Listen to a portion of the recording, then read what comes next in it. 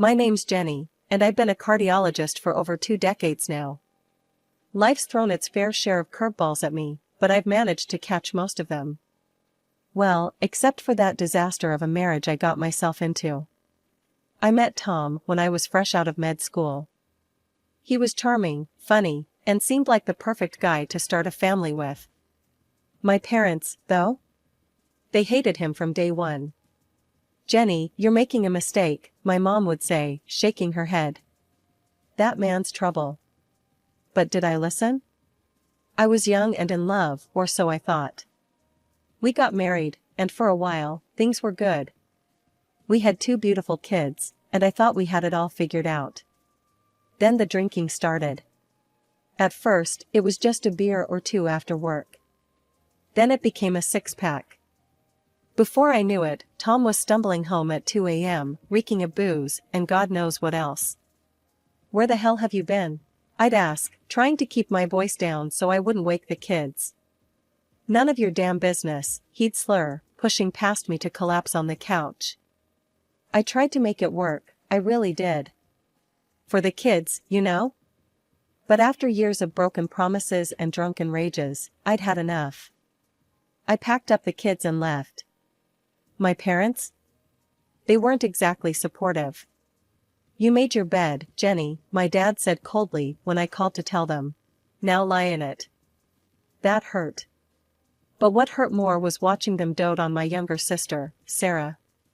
She was always their favorite, even when we were kids. 10 years younger than me, Sarah was the baby of the family, and boy, did they spoil her rotten. I remember when I got accepted into med school. I was over the moon, but when I asked my parents for help with tuition, they shut me down. "We're saving that money for Sarah's future," my mom said, not even looking me in the eye. "You'll figure something out, Jenny. You always do." And figure it out I did. My grandparents, bless their hearts, stepped up and helped me out. Without them, I wouldn't be where I am today. So there I was, divorced with 2 kids to support. But you know what? I made it work. I threw myself into my career, worked my ass off, and managed to provide a good life for my kids. Funny thing is, even when I was doing well, my parents still couldn't see past Sarah. She became a teacher, married some hotshot businessman, and suddenly she was the golden child all over again. Life has a funny way of throwing curveballs when you least expect them. I thought I'd seen it all, but nothing could have prepared me for what happened when my parents passed away. I was the one who organized the funeral. Sarah? She was living it up in Hawaii with her businessman husband. Typical. I spent days arranging everything, from the flowers to the catering, all while dealing with my own grief. The day after the funeral, I headed to the notary's office. I wasn't expecting much, given how my parents had always favored Sarah, but what I heard left me speechless. "I'm sorry, Dr. Kirby," the notary said, adjusting his glasses. "But your parents will leave everything to your sister Sarah. You're not mentioned at all." I left the office in a daze. Years of putting up with their criticism, of working my ass off to make them proud, and this was what I got. Nothing. When I finally got hold of Sarah on Skype, her smug face said it all. "Oh, Jenny," she cooed, not even trying to hide her glee. "I'm sure Mom and Dad had their reasons. You understand, don't you?" I wanted to scream, to reach through the screen and shake her. Instead, I just ended the call. After that, our conversations became few and far between. A Merry Christmas here, a Happy Birthday there. That was it. The only time I saw my nephews was through a screen, and even then, what I saw worried me. During one Skype call, I watched in disbelief as Alex demanded ice cream from Sarah. "Mommy, I want ice cream now," he yelled. "Sweetie, it's almost dinner time," Sarah replied weakly. "I don't care. I want it now." To my shock, Sarah got up and fetched him the ice cream. "There you go, darling. Anything for my little prince." I couldn't help myself. "Sarah, don't you think you should set some boundaries?" She rolled her eyes. Oh, Jenny, not this again. I'm raising my children to be free spirits. I don't want them to have the kind of trauma we had growing up. And just like that, the call ended. Despite all this drama, I managed to carve out a pretty good life for myself. I had a nice apartment in a good neighborhood, my kids were grown and doing well on their own, and I had my faithful companion, Buddy, a little Yorkie who never failed to brighten my day. After a long day at the hospital, there was nothing better than coming home to Buddy's excited yips and wagging tail. We'd curl up on the couch, me with a glass of wine and him with his favorite chew toy, and I'd feel at peace. It's just you and me against the world, eh, Buddy? I'd say, scratching behind his ears. Life was good, quiet, but good. I had my work, my dog, my cozy home. I thought I had it all figured out. It was a quiet Tuesday evening when my life got turned upside down. I had just settled on the couch with Buddy, ready to unwind after a grueling 12-hour shift at the hospital. Then came the knock. I opened the door to find Sarah, mascara streaked down her face, with Alex and Timmy in tow. "Jenny, thank God you're home," she blurted out, barging past me. "We need a place to stay."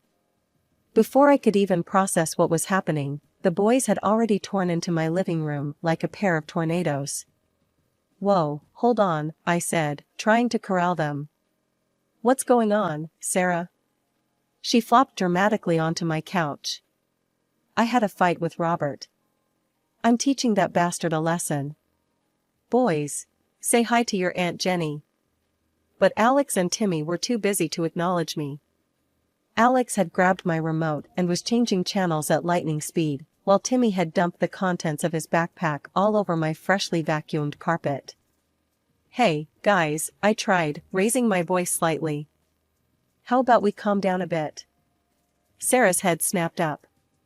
"Don't you dare yell at my children, Jenny." I blinked, stunned. I wasn't yelling, I was just. "Cool it, Aunt Jenny," Alex sneered, not taking his eyes off the TV. "Mom says we can do what we want."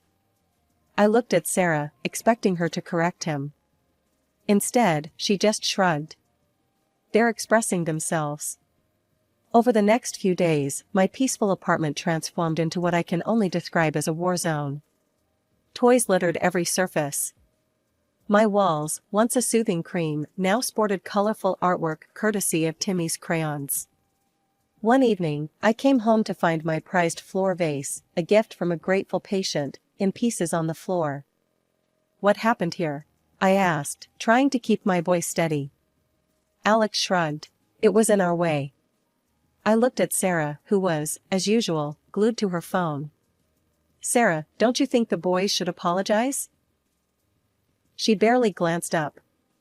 "Jenny, they're just being kids. Stop being so uptight." The final straw came when I heard a crash from the living room, followed by the unmistakable sound of shattering glass. I rushed in to find my TV face down on the floor, and a baseball-sized hole in my window. "That's it," I snapped. "Sarah, we need to talk. Now." I pulled her into the kitchen, away from the boys. "This can't go on. If you're staying here, there need to be rules. I can't have them destroying my home. They need discipline. If you won't provide it, I will." "Don't you dare," Sarah hissed. "You have no right to parent my children. I forbid you from raising your voice at them or making them do anything they don't want to do." I stared at her, dumbfounded. "Sarah, they're out of control. They need guidance." "What they need," she cut me off, "is freedom to express themselves without judgment. I won't let you traumatize them like our parents did to us." As she stormed off, I looked around my once peaceful home. Broken items, scattered toys, crayon-covered walls. This wasn't expression. This was chaos. Just when I thought things couldn't get any worse, they did. It was a Wednesday afternoon, and I was rushing home from the hospital, praying that my apartment was still standing. As I fumbled for my keys, I felt a bony hand grab my arm. "Dr. Kirby," Jenny, Mrs. Johnson, my elderly neighbor, hissed. Her face was red with anger. "We need to talk now."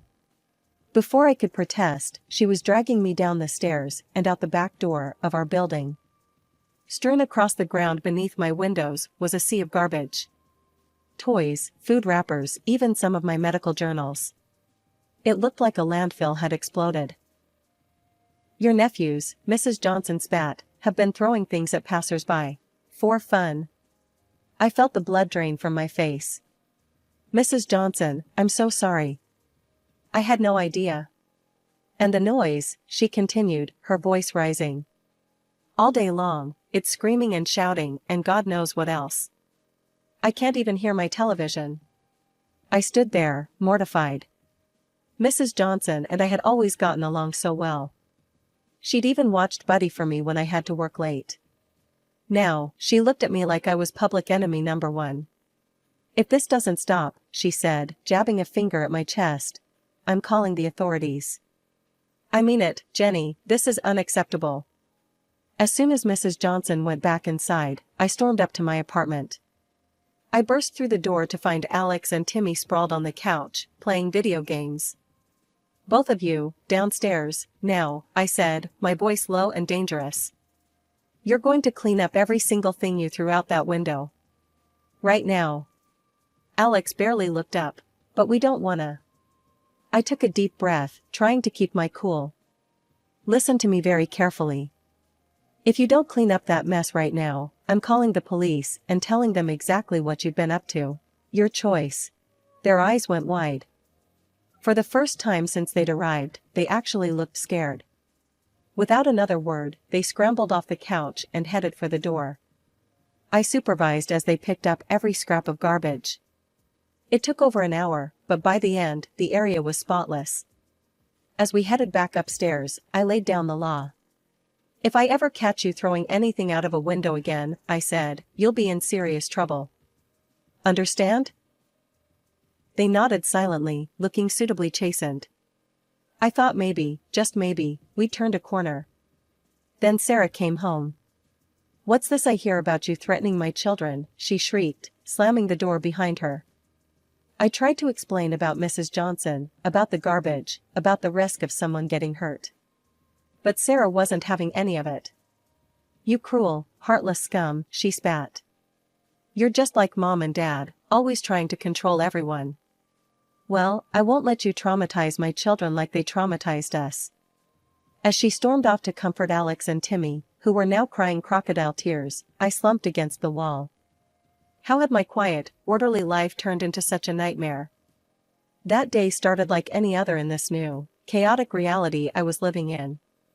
Another long shift at the hospital, another dreaded return to what used to be my sanctuary. But as I opened the door, I immediately sensed something was wrong. Buddy? I called out, expecting to hear the familiar click of his nails on the hardwood floor. Nothing. I searched every room, my heart racing.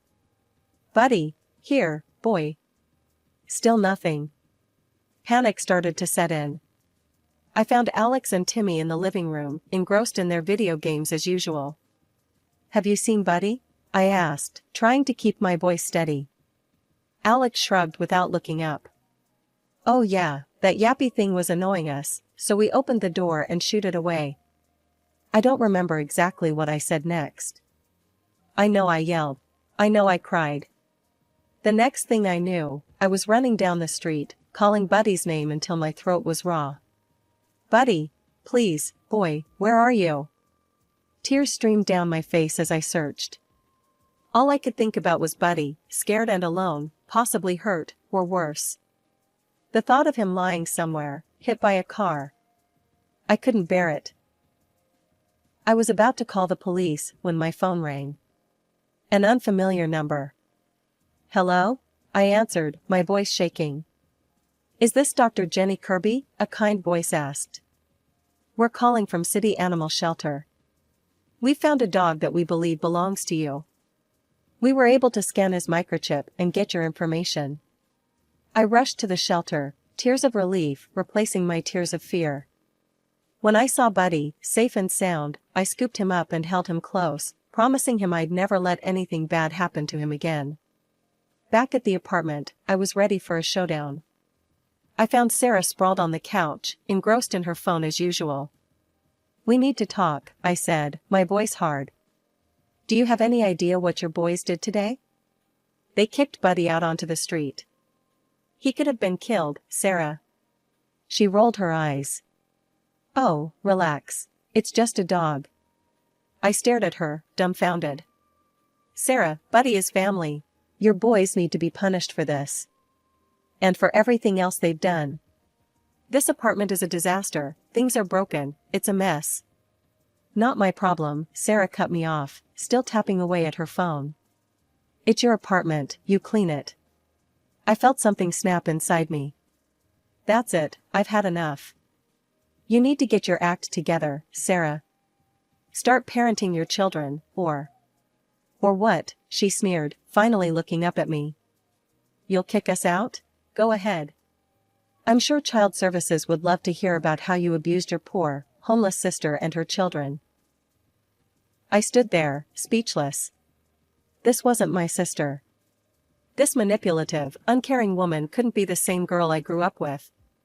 As I watched her turn back to her phone, dismissing me entirely, I realized something had to change. The next morning, I arrived at the hospital early, my mind racing.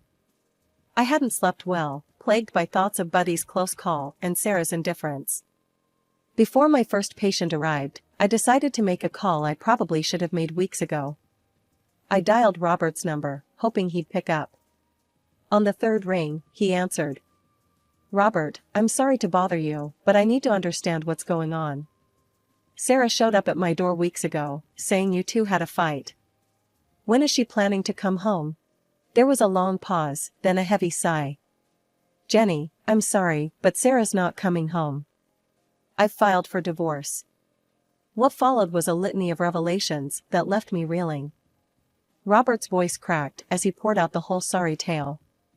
"She quit her teaching job years ago, Jenny. Said she was too stressed. But she doesn't do anything at home either. The house is a disaster, the kids run wild, and she's always on that damn phone." I closed my eyes, remembering the state of my own apartment. "I've noticed," I said quietly. "She told me it was my job to support her," Robert continued. "Said I should hire a housekeeper, a nanny. That she deserved to enjoy life. And then she started taking these vacations. Alone. Using the money from your parents' will. I thought she just needed some time to herself, you know? But then I found out. Jenny, she was cheating on me. Multiple times, with different men. I felt like I'd been doused with ice water." "Oh, Robert," I breathed. "I'm so sorry. His voice broke. "I did DNA tests on the boys. Thank God they're mine, but I just can't do it anymore, Jenny." I kicked her out. I feel terrible about the boys, but I just couldn't. As Robert's voice faded into quiet sobs, I sat there, stunned. "Robert," I said finally, "I'm so sorry you've been through all this. Thank you for telling me." After we hung up, I leaned back in my chair, the full weight of the situation hitting me. Sarah wasn't here for a short stay. She wasn't teaching her husband a lesson. She was here because she had nowhere else to go.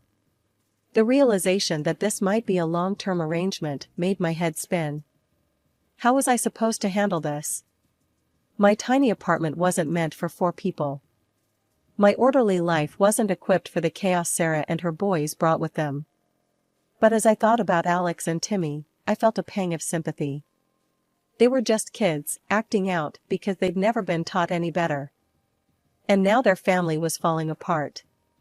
That evening, I steeled myself for what I knew would be a difficult conversation. I found Sarah lounging on the couch, scrolling through her phone as usual. "Sarah, we need to talk," I said, my voice firm. "I spoke with Robert today. He told me everything. About the divorce, about your affairs, about how you've been living." Sarah shrugged, turning back to her phone. "So what? It's true. I'm divorcing that loser, I'm tired of him." I stared at her, dumbfounded. "That's all you have to say? Sarah, you've turned your whole life upside down. what about the boys? They'll be fine, she said dismissively. That's what sisters are for, right? You have to help us. The casual way she said it, as if my support was a given, made my blood boil. I don't have to do anything, Sarah. You can't just expect me to pick up the pieces of your life. Oh, come on, she scoffed. It's not like you have anything better to do. No husband, no life outside work. Besides, Mom and Dad left me all that money. I can afford to take some time for myself. The mention of our parents will reopen old wounds. Speaking of that money, Sarah. Where is it? Because from what I can see, you're broke. She waved her hand dismissively. Oh, that? There were just crumbs left anyway. I felt my jaw drop. Crumbs? Sarah, they left you over $300,000. Yeah, and have you seen how expensive vacations are these days? She rolled her eyes as if I was the unreasonable one. I took a deep breath, trying to calm the rage building inside me. Listen to me very carefully, Sarah. This ends now.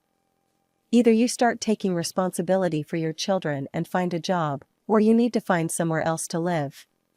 You have 2 days to start making changes. I'd like to say that conversation was a turning point, that Sarah saw the error of her ways and decided to step up. But life isn't a fairy tale, and my sister, it seemed, was far past the point of redemption. 2 days later, I came home from a particularly grueling shift at the hospital. The apartment was quiet, too quiet. Alex and Timmy were sitting on the couch, looking lost and upset. Boys? Where's your mom? I asked, a sense of dread creeping over me. Timmy wordlessly pointed to a note on the coffee table. With shaking hands, I picked it up and read. Jenny, I've decided to take your advice and live my life. I'm still young, and I deserve to be happy. I've met someone who appreciates me for who I am. Since you're so concerned about the boys, you can raise them. You're an old maid anyway, so it's not like you have anything better to do. Sarah. I collapsed onto the sofa, the note crumpling in my fist. The boys watched me warily, fear and confusion in their eyes. I looked at their faces, these 2 boys who had been nothing but trouble since they arrived, but who were now just scared, abandoned children. My anger at Sarah was overwhelmed by a wave of protectiveness for her sons. With a heavy heart, I picked up the phone and called Robert. Robert, it's Sarah. She's gone. She left the boys here and took off with some guy she met. There was a long pause, then a deep sigh. I'll be right over. Robert arrived within the hour, his face a mix of anger and concern. When he saw Alex and Timmy, his expression softened. He knelt down and opened his arms, and the boys ran to him, finally letting out the tears they'd been holding back. Over the next few weeks, Robert and I worked together to create a stable environment for the boys. He filed for full custody, and I stood as a witness, recounting Sarah's neglectful behavior and eventual abandonment. The judge's decision was swift. Sarah was stripped of her parental rights. Robert became the boys' sole legal guardian. As the dust settled, I found myself in a new role, the fun aunt who actually got to be fun. Robert and I stayed in close contact, and I visited the boys often. Sometimes, I'd take them for weekends at my place, which was now blissfully peaceful and tidy again. The change in Alex and Timmy was remarkable. With Robert's patient guidance and consistent discipline, they transformed from wild, uncontrollable terrors into respectful, well-behaved young men. It wasn't always easy, there were plenty of bumps along the road, but the progress was undeniable. Years passed. Alex, always the dramatic one, discovered a passion for acting. At 15, he landed his first commercial gig. Before long, he was appearing in TV shows, his talent evident to everyone who saw him. I couldn't have been prouder. Then, out of the blue, my phone rang. It was a number I didn't recognize. Jenny, it's Sarah. I nearly dropped the phone. Sarah, where are you? It's been years. I know. Look, I've been thinking. I want to come see Alex. You know, reconnect. I heard he's doing well in acting. That's great. I'm his mother. Surely I have some rights to what he's earning. And there it was. The real reason for her call. No, Sarah, I said firmly. You were legally stripped of your parental rights. You don't have any rights to Alex's earnings. That money is his, managed by Robert until he's of age. The line went quiet for a moment. Then, well, if that's how it is, I guess I don't need to see those kids after all. Goodbye, Jenny. I sat there for a long time, phone in hand, a mix of emotions swirling through me. Anger at Sarah's audacity. Sadness for the relationship my nephews would never have with their mother. But mostly, I felt relief. Relief that Alex and Timmy were safe, loved, and thriving despite everything. Life settled into a new normal. I threw myself into my work at the hospital, saving lives and making a difference. My own children, now adults themselves, visited often. And of course, there were regular movie nights with Alex and Timmy, who delighted in critiquing Alex's latest performances. Through it all, Buddy remained my constant companion.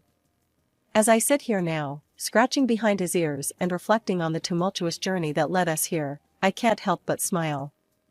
Life didn't turn out the way I expected, it rarely does. But sitting in my peaceful apartment, with the love of family, both blood and chosen, surrounding me, I realize I wouldn't have it any other way.